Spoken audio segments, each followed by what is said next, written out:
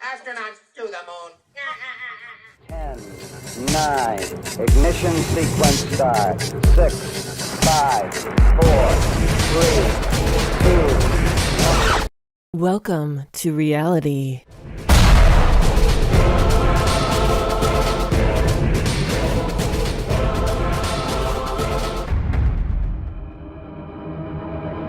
What's going on, everyone? It's Jaronism, here with another video for you today.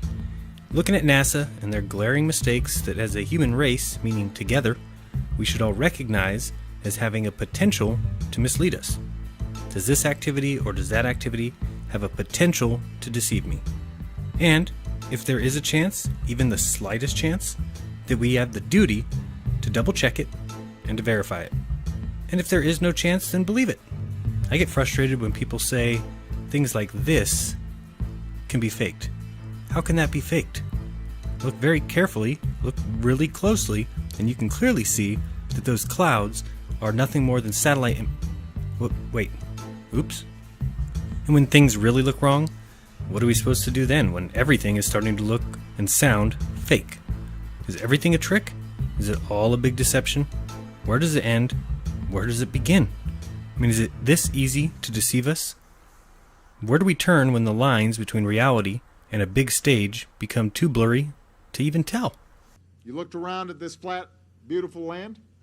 This location is almost optimal for solar power generation. And not only because it's flat, transmission lines were already here. The sun is traveling and there's no haze and it's absolutely clear. Oh yeah, it's clear. The sun travels over the flatness. My man. Oh, finally getting it. Yeah, if these guys were around when Columbus set sail, they'd be charter members of the Flat Earth Society. The Columbus joke? Again? You've already said that one. Man, senioritis, or what do they call it now?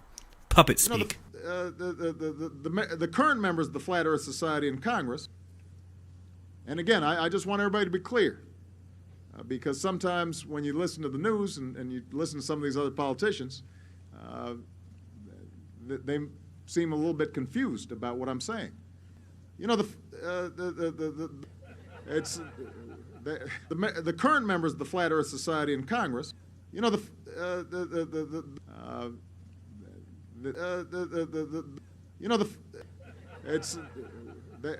seem a little bit confused about what I'm saying. If some of these folks were around when Columbus set sail,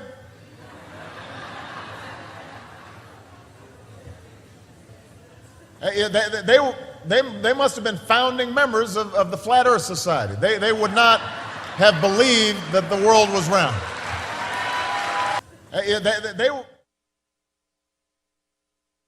If I say that the world is round and someone else says it's flat,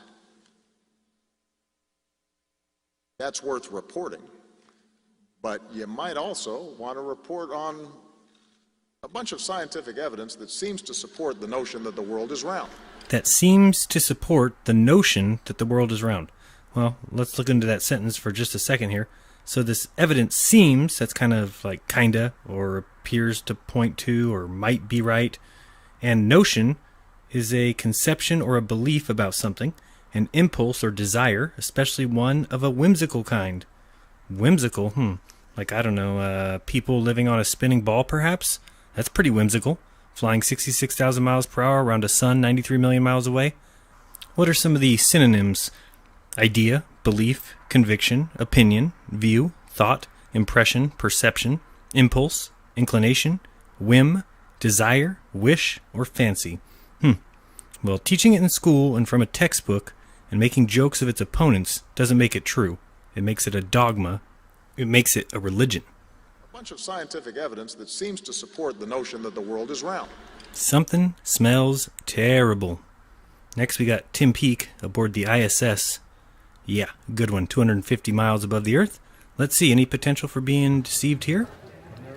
Well, there we can see Tim Peake on the big Sky News wall. I have a form of words that I have to use so that he knows it's us.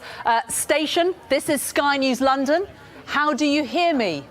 Breaker, breaker, one liar. Do you copy? Can you read me at your staggering distance of 250 miles?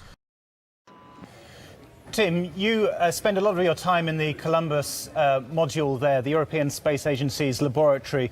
Just explain to us the kind of experiments you're doing up there when we don't see you performing in front of a camera like this. Huge delay. This transmission travels 250 miles, so of course you must wait 10 seconds. It can't be helped. You ever tried to talk to somebody 250 miles away? We're working, 12, 14-hour days, Monday through Friday.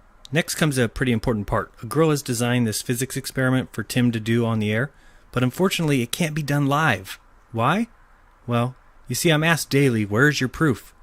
And you're about to see a great example of something that A, makes no sense on the space station, period, and B, is the kind of thing that is screaming scam. It's like, look up here, look up here, look up here, I'm a hoax, look up here. But if you look and look, I'm sure you'll find something, someone, somewhere, to back your unfalsifiable science. That's the point. Your so-called science is unfalsifiable. For examples of that, see everything Red's Rhetoric has ever said. Now, Tim, you've also been doing some demonstrations for science students, and one of those science students is Emily. Now, you've got some kit there that you actually designed for Tim, really to just show how difficult it is to demonstrate physics here on Earth. And it's a track and a ball. Just show us what actually happens there. And gravity's really just pulling that ball back down. Now, Tim has actually done the same experiment. You weren't able to do it live, but we've got the video of you demonstrating what happens when you're in microgravity with exactly the same kit. We don't seem to have the video, unfortunately, but the ball the ball does continue all the way around. Just explain, Tim, what's happening. Yeah, liar. It's just a tiny little track and a ball, and you can't do it live? Why, Tim? I'm calling hoax. Yes, again, it's one of the phenomena of microgravity. It's a wonderful environment to demonstrate some of those basic scientific principles. Oh, is that right? It's one of the phenomena of microgravity. It's a wonderful environment to demonstrate some of those basic scientific principles, but not live. Then you'd see I'm a lying piece of shit. And look what we have behind him. It's the blue checkered backdrop screen, the one Bob and I mentioned on Globebusters and got trashed for it. I mean, come on, people. You can't put a ball on a track on live TV, and I'm supposed to believe him? Not a chance. You want people to believe you, go through my comments and look at the thousands of comments from people saying I'm an idiot. They trust you, Tim. They think you're going to Mars. They think we landed on the moon. How can anyone see this footage and not say, oh damn, those clowns have been faking space? But you can bet people will say, he was doing experiments earlier, he had to put them away. He couldn't carry both the track and the ball over. He didn't do it live because the time constraints. Ask Red's Rhetoric, and you'll get every possible answer, including it fell out of the window, before he dare say, yeah, that's weird. That's unfalsifiable. Not science. It's called bullshit. Let's see what the kids got to say. Kevin, you got one on there, didn't you? You asked your question about, what was it, about how many galaxies? What did you make of the answer? I thought it's very surprising that there's more than 1 billion galaxies out there. And he said there were more than grains of sand on the Earth. I mean, can you even imagine that many things? Yeah. It's hard to imagine, isn't it? More than the Sahara Desert. And you must be interested in space already because you're here today at the Space Centre, but has this made you more interested? Yes, very. You going to be an astronaut? Maybe. Of course you are. Hey, the kid said maybe. Of course you are. That's not right. Anyway, next he heads over to the coolest kid ever. He talks to some kid whose mom is indoctrinating him with a space uniform. And he's probably the smartest kid of all time. Let's listen in. Let's speak to this guy here. Hello. Do you enjoy that? Yes. You look like an astronaut. Are you going to be an astronaut? No.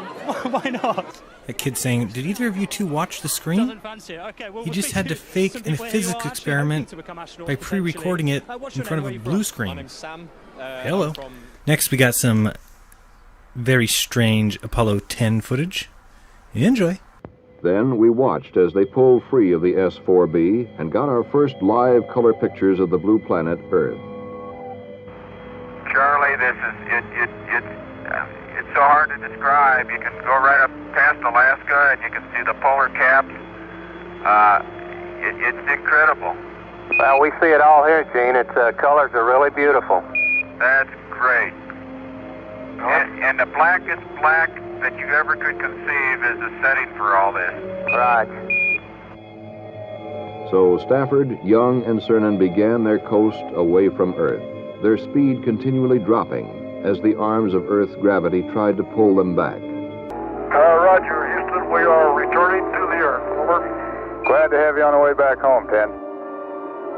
For the last time, Apollo 10 watched the sapphire called Earth rise over a stark lunar horizon.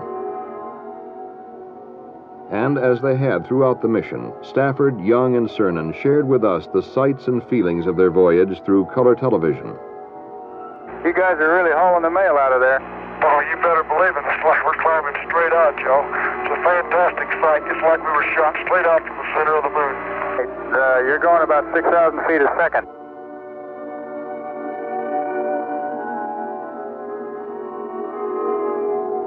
As the crew of Apollo 10 hurtled earthward, they decided to perform one more test. Now, hold on a second. This image on the left is the one coming back, and the image on the right is the one going. And it's been like 5 or 6 days, and I'm pretty sure that's the same Earth. Okay, John, you're into about 5 feet, babe. Looking beautiful.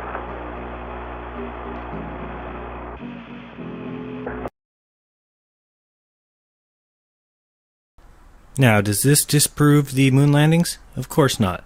Does it prove the presence of styrofoam in space? Of course.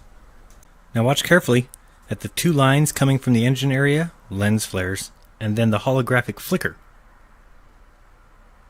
Watch again.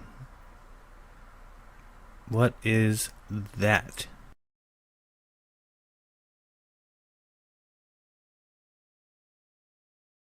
We had a smoother ride after that. Once the SRBs were gone. 50 nautical miles.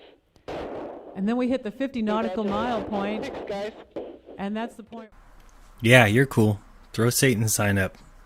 I'm real impressed. Open the Palo Bay doors and we were off and running. There's so much reality right here. I mean, look at that. I mean, look how the shadow falls perfectly and exactly like it would on a 17,000 mile per hour orbiter. Or the shadow doesn't move at all. It's really like one or the other. I mean, this looks so real. What idiot questions this obvious reality? It's so real. I mean, look at this. Look at how the model has its reflection on the Earth. I mean, my bad, not the model, the I don't know, the space shuttle glider pretend thing. You know, whatever they call it, the make-believe fantasy plane. Look at the ripples in the clouds from the STS BS Supreme. The thing they say it flies in space on its hind legs. Oh, there's the ISS, the orbiting space station. It's so real. I mean, I can see it on TV, and I can see it with my telescope. How could they ever deceive me with that? I'm way too smart. Oh, here's proof of the docking. This is absolute proof. It's video evidence. There's the docking. You can tell it's space because it's black. Hello, what do you think they did? Put a sheet behind it? Jeez. Go back to 2nd grade. Get a physics book. My goodness. And it's time to cram us into the airlock. But before that, we always indulge in a few pagan rites to appease the EVA gods. Ooh, worship Satan, worship Satan. Oh, pagan rites, these clowns. You guys think you're special, huh? Satan loves us. Lucifer's the god of this world. We do silly hand signs and pretend we're in space. Losers. And if you pay attention here, you'll see how NASA's starting to save a little bit of money. They are now creating the hatch door out of baloney. So that's always helpful. And now we get to see some amazing views and scientifically proven events. Up in the vacuum of space, you see some various views of Earth, different colors, all very real, of course. They wouldn't fake it. These guys are now throwing nuts in each other's mouths and disappearing nuts, of course, not just regular kind.